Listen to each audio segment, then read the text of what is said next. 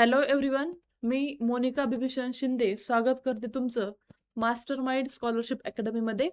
आज आपण 8th सायन्सचं introductory lecture बघणार आहोत. मग आता हे जे काही 8th सायन्सचं इंट्रोडक्टरी लेक्चर आहे हे दोन्ही पण म्हणजे सेमीसाठी पण चालेल आणि इंग्लिश मीडियमसाठी पण चालेल. ठीक आहे. तर आता बघा, वन बाय वन जर आपण पाहायला गेलं तर सगळ्यात सुरुवातीला आपण अगोदर इंट्रोडक्शन बघणार आहे की जो काही आपला कंटेंट आहे किंवा हे काही जे आपलं इंडेक्स आहे, या इंडेक्समध्ये कुठल्या कुठल्या घटकांचा समावेश आहे आणि आपण थ्रू आउट द बॅच किंवा वर्षभर आपण काय काय पाहणार आहोत. तर सगळ्यात पहिली अ, मुद्दा किंवा पहिली गोष्ट म्हणजे बघा, जो पहिला टॉपिक आहे तो आहे living world and classification of microbes. या टॉपिकमध्ये आपण जे काही डिटेलिंगमध्ये मायक्रोबचं क्लासिफिकेशन केलेलं आहे किंवा मग आपण म्हणूयात इंट्रोडक्टरी पार्ट असेल सायन्सचा, तो सगळा बघणार आहोत. त्यानंतर दुसरा टॉपिक आहे हेल्थ अँड डिसीज. या टॉपिकमध्ये जे काही मानवी आरोग्य, ह्युमन हेल्थ आणि याच्या रिलेटेड काही जे काही डिसीज आहेत ते बघणार.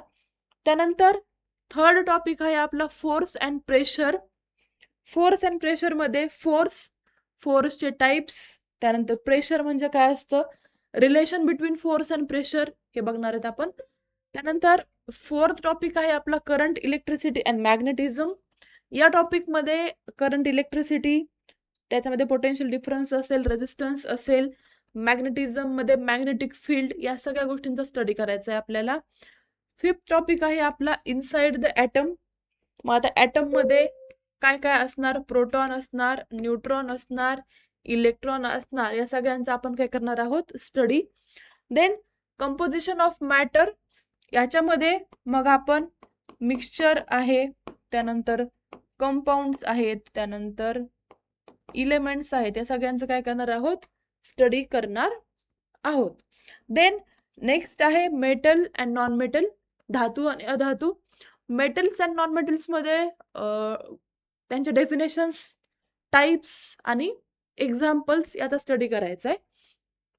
देन नेक्स्ट टॉपिक आहे आपला पोल्युशन, प्रदूषण. या टॉपिकमध्ये पोल्युशनमध्ये एकतर कॉजेस ऑफ पोल्युशन, त्यानंतर टाइप्स ऑफ पोल्युशन पाहायचेत आपल्याला. नेक्स्ट टॉपिक आहे आपला डिझास्टर मॅनेजमेंट. या टॉपिकमध्ये टाइप्स पाहायचेत आपल्याला, types of disaster and management of disaster. Then next आहे सेल अँड सेल ऑर्गॅनिल्स. एकदम बेसिक आणि इम्पॉर्टंट टॉपिक आहे हा, 8वी 9वी 10वी तिन्ही विद्यार्थ्यांसाठी.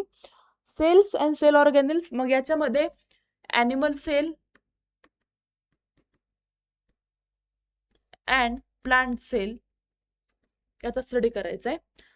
देन नेक्स्ट आहे human body and organ system. आता टोटल ह्युमन बॉडीचा स्टडी किंवा मग टोटल ऑर्गन सिस्टीम जे आहे त्याचा स्टडी करायचा आहे आपल्याला. आता कुठल्या कुठल्या सिस्टीम आहेत, एक तर रेस्पिरेटरी सिस्टीम पाहायची आपल्याला, त्यानंतर ब्लड सर्क्युलेटरी सिस्टीम पाहायची आहे, परत रिप्रोडक्टिव्ह सिस्टीम, एक्सक्रेशन सिस्टीम याचा स्टडी करायचा. त्यानंतर नेक्स्ट टॉपिक आहे introduction to acid and bases. PH scale आपण याला म्हणूयात की या टॉपिकमध्ये आपल्याला पीएच स्केलचा स्टडी करायचा आहे, ऍसिडचा स्टडी करायचा आहे, बेसिसचा स्टडी करायचा आहे. पुढचा टॉपिक आहे chemical change and chemical bond. याच्यामध्ये मग आयोनिक बॉन्ड असेल, त्यानंतर कोव्हॅलेंट बॉन्ड असेल, याचा काय करायचा आहे, स्टडी. पुढचा आहे measurement and effect of heat. याच्यामध्ये व्हॉट इज हीट, हीटची definition, SI unit, latent heat म्हणजे काय, या सगळ्यांचा स्टडी करणार आहोत आपण. त्यानंतर पुढचा टॉपिक आहे साऊंड. फिजिक्स मधला खूप फेमस टॉपिक असा साऊंड, आणि बऱ्याच जणांना हा बऱ्याच वेळा अवघड देखील वाटतो, पण फारसा अवघड नाही होतो, खूप सोपा आहे. आपण त्याला जेव्हा ऍक्च्युअली टॉपिकला बघू तेव्हा तुमच्या लक्षात येईल. साऊंड मध्ये साऊंडचं मीडियम असेल याचा स्टडी करायचा आहे. त्यानंतर कॉजेस ऑफ साऊंड, साऊंड कसा तयार होतो, फॉर्मेशन साऊंडचं हे सगळं बघणार आहे आपण. त्यानंतर रिफ्लेक्शन ऑफ लाईट या टॉपिकमध्ये आपल्याला स्पेसिफिकली लाईट, यालाच आपण प्रकाश असं म्हणतो, याचा स्टडी करायचा आहे. रिफ्लेक्शन कसं होतं लाईटचं, एकतर स्मूथ सरफेसवर किंवा मग रफ सरफेसवर. स्मूथ सरफेसवर रिफ्लेक्शन कसं होतं, रफ सरफेसवर रिफ्लेक्शन कसं होतं, याचा स्टडी करणार आहे आपण. Then manmade materials. आता मॅनमेड मटेरियल्स मध्ये प्लास्टिक आहे, त्यानंतर आपले क्लोथ्स आहेत आणि इतर जे काही केमिकल्स, याचा स्टडी करायचा आहे आपल्याला. Then ecosystem. इकोसिस्टम मध्ये जे काही आपलं एन्व्हायरमेंट आहे, या एन्व्हायरमेंट मध्ये वेगवेगळ्या क्रिया किंवा वेगवेगळ्या घटकांचा स्टडी करायचा. लाईफ सायकल स्टडी आपण ज्याला म्हणतो. आणि पुढचं आहे लाईफ सायकल ऑफ स्टार्स. जी काही आपली गॅलेक्सी आहे, या गॅलेक्सी मधले जे स्टार आहेत त्यांचा स्टडी आपण करणार आहोत. तर एवढं आहे समरी आपल्या 8वीच्या सायन्सच्या सिलेबसची किंवा 8वीच्या सायन्सच्या बुकची. आता आपण याच सायन्सच्या बुक मधला हेल्थ अँड डिसीज मधला एक छोटासा टॉपिक बघणार आहे किंवा एक छोटासा डिसीज बघणार आहे. बघा, त्या छोट्याशा टॉपिकचं नाव आहे डेंग्यू. नाव जरी छोटं असेल तरी आजार खूप भयानक आहे. बघा, आता हा जो काही डेंग्यू असतो आपल्या हेल्थ अँड डिसीज टॉपिक मध्ये आहे, हा छोटासा पॉइंट आहे डेंग्यूचा. आता याचा हा कुठल्या टाईपचा डिसीज आहे? ओके, हा इन्फेक्शियस टाईपचा डिसीज आहे. म्हणजेच काय मराठीमध्ये जर आपण पाहायला गेलं तर कसा आहे, हा संसर्गजन्य रोग, इन्फेक्शियस टाईप ऑफ डिसीज. आता हा डिसीज कोणामुळे होतो? Who is responsible for this disease? तर मॉस्किटो. मॉस्किटो याला स्प्रेड करतात. मॉस्किटोमध्ये पण कोणत्या प्रकारच्या किंवा कोणत्या टाईपच्या मुळे होतो, तर त्याचं नाव आहे एडिस इजिप्ती. इथे बघा डायग्राम मध्ये बघा, खूप छान प्रकारचा आपला हा मच्छर आहे, मॉस्किटो आहे.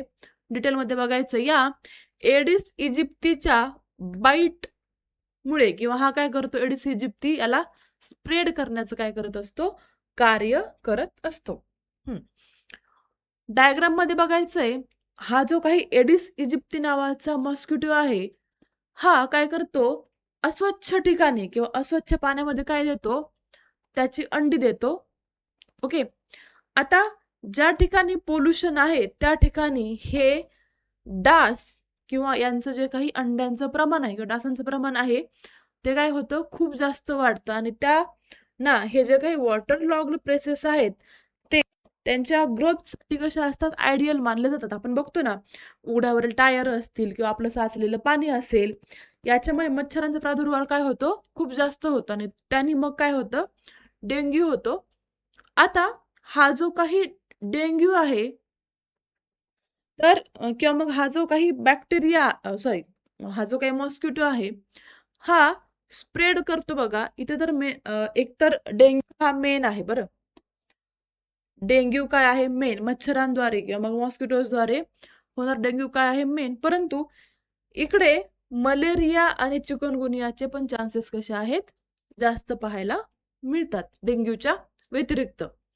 आता कॉजेस ऑफ डेंग्यू, हा जो काही डेंग्यू आहे हा कोणत्या ग्रुपचा व्हायरस आहे, है ना, कोणत्या ग्रुपचा व्हायरस आहे? बघा, dengue is caused by virus flavi virus.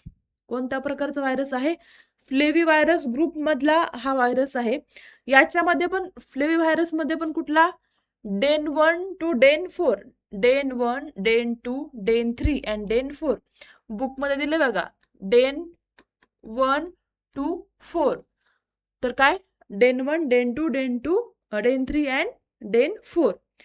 Flavi virus मधला डेन 1 to डेन 4. देन आता याचे सिम्पटम्स काय आहेत? हा जो काही डेंग्यू आहे या डेंग्यूचे सिम्पटम्स काय काय आहेत बरं? तर बघा, पहिलं काय आहे, सडन फीवर, तुम्हाला ताप येतो, त्यानंतर डोकं दुखतं, मळमळल्यासारखं होतं किंवा उलटी होते, है ना. काय पहिलं तर ताप येतो, त्यानंतर डोके, हेडॅक, ओमिटिंग, यालाच आपण मळमळ होते किंवा उलटी होते. हे सगळे काय आहेत लक्षणं किंवा symptoms of dengue. Then early signs काय आहेत, की तुम्ही कसं ओळखायचं किंवा मग सुरुवातीचं आपण म्हणतो ना कसं ओळखणार की बाबा डेंग्यूची सुरुवात झाली आहे. तर अर्ली साईन काय बघा, की खूप जास्त पेन होतं आपल्या डोळ्याच्या मागे, severe pain behind the eye, डोळ्याच्या मागच्या साईडला खूप जळजळल्यासारखे किंवा डोळे ओढल्यासारखे वाटतात. तर हे खूप एकदम बेसिक सिम्पटम आहे कशाचं, डेंग्यूचं. त्यानंतर याचे कॉजेस किंवा याच्यामुळे काय होऊ शकतं, क्लिनिकल सिम्पटम्स काय होऊ शकतं तर बघा, डिक्रीज इन प्लेटलेट्स काउंट, याच्यामुळे या आजारामुळे काय होतं, डेंग्यू झाल्यावर काय होतं, डिक्रीज इन प्लेटलेट्स काउंट, म्हणजे शरीरातल्या ज्या काही प्लेटलेट्स आहेत त्यांचं प्रमाण काय होतं, कमी. देन नेक्स्ट आहे हा जरा पहिला, नेक्स्ट काय, may lead to internal bleeding sometimes, not necessary but sometimes internal bleeding पण होते. देन आता याचं तुम्ही केअर काय घेणार किंवा प्रायमरी केअर काय घेणार, की आपण इमिजिएटली हॉस्पिटलला जायचं, पटकन काय करायचं, जो काही तुमचा नियर बाय हॉस्पिटल असेल, मेडिकल असेल, व्हिजिट करायचे या युनिट्सला. येस, तर इथपर्यंत हा आपला छोटासा टॉपिक होता डेंग्यू, हेल्थ अँड डिसीज मधला खूप छोटासा टॉपिक होता, तुम्हाला मी सांगण्याचा प्रयत्न केलेला आहे. कॉजेस काय काय बघितलं आपण, dengue causes, then specific virus कोणता, symptoms and critical care. Okay, तर बघा आपले बॅचेस सुरू झालेले आहेत. मास्टर माइंड स्कॉलरशिप अकॅडमीच्या ॲपमध्ये तुम्हाला या बॅचेस सर्व बघायला मिळतील. ऑनलाईन रेग्युलर बॅचेस सुरू झालेले आहेत इयत्ता 8वी ते 10वीच्या विद्यार्थ्यांसाठी. Okay, from 8 to 10th standard. Medium of teaching किंवा मग कुठल्या मीडियमसाठी या बॅचेस आहेत तर बघा, मराठी मीडियमच्या मुलांसाठी पण या बॅचेस आहेत, इंग्रजी मीडियम मुलांच्या सुद्धासाठी या बॅचेस आहेत, आणि टोटली स्टेट बोर्ड इंग्लिशमध्ये ज्यांचं आहे त्यांच्यासाठी सुद्धा या बॅचेस आहेत. बघा, सेम इंग्लिशसाठी आहे, मराठीसाठी आहे आणि इंग्लिश मीडियमसाठी सुद्धा आहे. याच्यामध्ये तुम्हाला मग तुमचं मॅथ्स असेल, सायन्स असेल, इंग्लिश आहे. ओके, स्पेसिफिकली कुठले कुठले सब्जेक्ट बघा, मॅथ, सायन्स आणि इंग्लिश, या तिन्ही सब्जेक्टची टीचिंग किंवा या तिन्ही सब्जेक्टचं गायडन्स तुम्हाला या कोर्समध्ये मिळणार आहे. इथे बघा, इथं पण दिलेलं आहे इंग्लिश, मॅथ्स आणि सायन्स दोन्ही लँग्वेजमध्ये, मराठीमध्ये पण भेटेल आणि इंग्लिशमध्ये पण भेटेल. Marathi medium, same English and totally English मीडियमसाठी. आता बॅचचे वैशिष्ट्य काय आहेत तर बघा, तुम्हाला ही बॅच लाईव्ह फॉर्मॅटमध्ये बघायला मिळणार आहे. म्हणजे रोज मंडेला आपले सकाळी लाईव्ह लेक्चर असणार आहेत. असंच लाईव्ह म्हणजे तुमचं जे काही तुम्ही ज्या काही ठिकाणी असाल तिथून तुम्ही डायरेक्टली ॲपमध्ये जाऊन ही बॅच लाईव्ह फॉर्मॅटमध्ये बघू शकता. त्यानंतर जे लेक्चर लाईव्ह झालेलं आहे तेच लेक्चर तुम्हाला मल्टिपल टाइम्स रेकॉर्डेड पण बघता येईल रिव्हिजनसाठी. आता बॅचची स्पेसिफिक काय बघा, 11-12ला तुम्ही जेव्हा सायन्स घेता किंवा मग 11-12 जेव्हा अभ्यास करता तेव्हा आपलं बेसिक खूप कच्चं असतं, है ना. तर मॅथ्स आणि सायन्सचं बेसिक फाउंडेशन या बॅचमध्ये कव्हर होणार आहे. त्याचबरोबर 11वी-12वीच्या ज्या काही एक्झाम्स आहेत, जसं की नीट असेल, जेई असेल, याचं गायडन्सही तुम्हाला इथे मिळणार आहे. देन कन्सेप्ट बेस्ड टीचिंग, आत्ताच पाहिलं असेल, पूर्ण इमेज फॉर्मॅटमध्ये डिटेलमध्ये तुम्हाला सगळ्या गोष्टी पाहायला मिळतील. इमॅजिनरी थिंग्स आपण म्हणतो, सायन्स तर खूप जास्त इमॅजिनरी आहे, हे सगळं तुम्हाला पाहायला मिळणार आहे. बॅच सुरू झालेली आपली 22 जून पासून, आणि जो विद्यार्थी 30 जून पर्यंत या बॅचला ऍडमिशन घेईल, ओके, 22 जूनला बॅच ऑलरेडी स्टार्ट झालेली आहे, जो विद्यार्थी 30 जून पर्यंत या बॅचला ऍडमिशन घेईल त्याला फीजवर 50% ऑफ मिळणार आहे. 25% ऑफ आहे. कधीपर्यंत? 30 जून पर्यंत. ठीक आहे. जर कोणाला काही अडचण असेल तर स्क्रीनवर खाली नंबर दिसत आहेत बघा, 94 23 10 24 38. दुसरा नंबर आहे 70 58 34 75 81. आणि हा जो काही तिसरा नंबर आहे 94 20 75 22 45, या तिन्हीपैकी कुठल्याही नंबरवर तुम्ही कॉन्टॅक्ट करून बॅचची डिटेल इन्फॉर्मेशन घेऊ शकता. चलो थांबूया तिथे आपण. Thank you so much.